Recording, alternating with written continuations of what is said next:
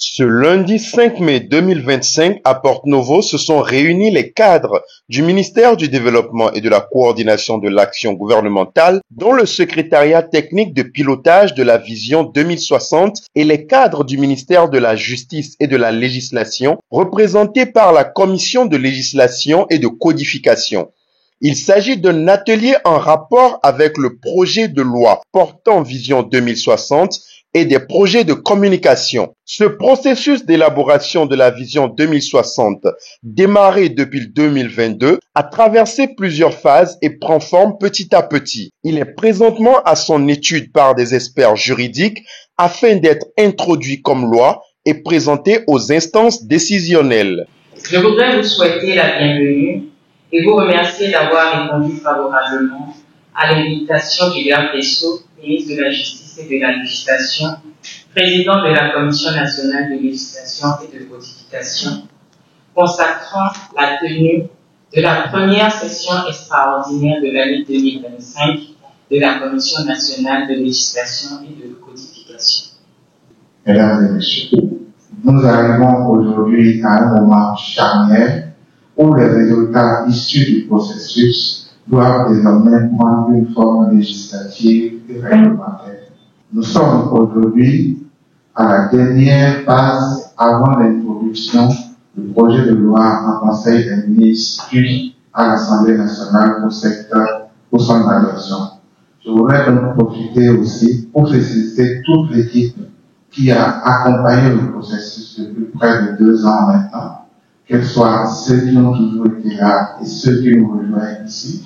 Chaque Béninois qui a apporté sa pierre à la construction de cette vision de 2060. Sous la supervision du directeur de cabinet du ministère de la Justice et de la Législation, Adamo Moussa, accompagné de la secrétaire générale adjointe du ministère du Développement et de la Coordination de l'action gouvernementale, il était important de rappeler aux participants l'importance de la tâche à accomplir afin de répondre aux normes de la législation béninoise.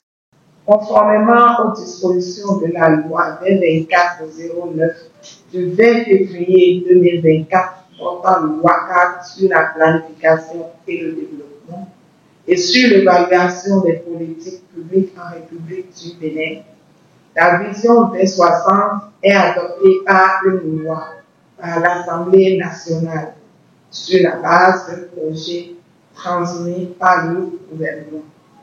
C'est pourquoi cet atelier a été organisé.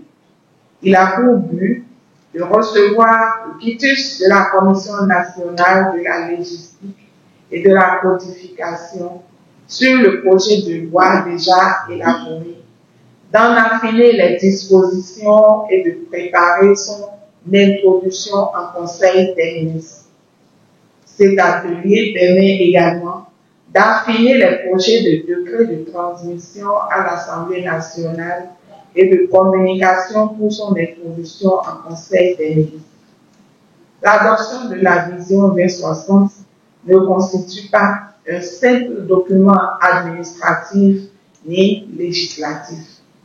Elle se présente comme moyen d'engager l'ensemble du peuple béninois à suivre une boussole, un cap, un engagement intergénérationnel.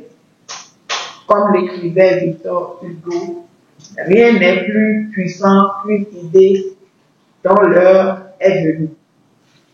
Le projet de loi Vision Bénin 2060 vise à instaurer une vision stratégique de long terme pour le développement du Bénin à l'horizon 2060.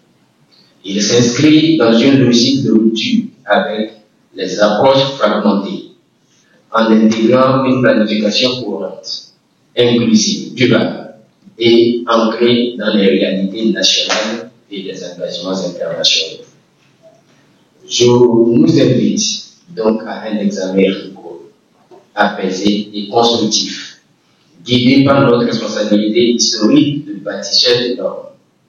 Il ne s'agit pas seulement d'approuver un test, mesdames et messieurs, mais de construire, de bâtir les bases d'un futur commun, partagé et ambitieux.